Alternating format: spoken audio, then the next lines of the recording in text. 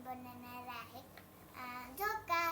माझ्याकडे आहे 2 खोके, फेविकॉल, कातर आहे, आईस्क्रीमच्या काठी आहे आणि दोरी आहे, आणि 2 रबर. चला आता आपण आणि एक पांढरा कागद. चला आता आपण बनवूया. आता आपण कागद आणि खोके बनवू.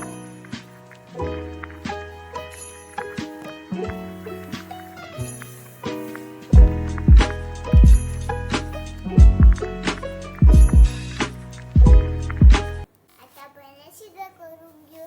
मम्मा करून घ्यायचा. मम्मा चल मला सिद्ध करून दे. आता मम्माने मला सिद्ध करून दिले.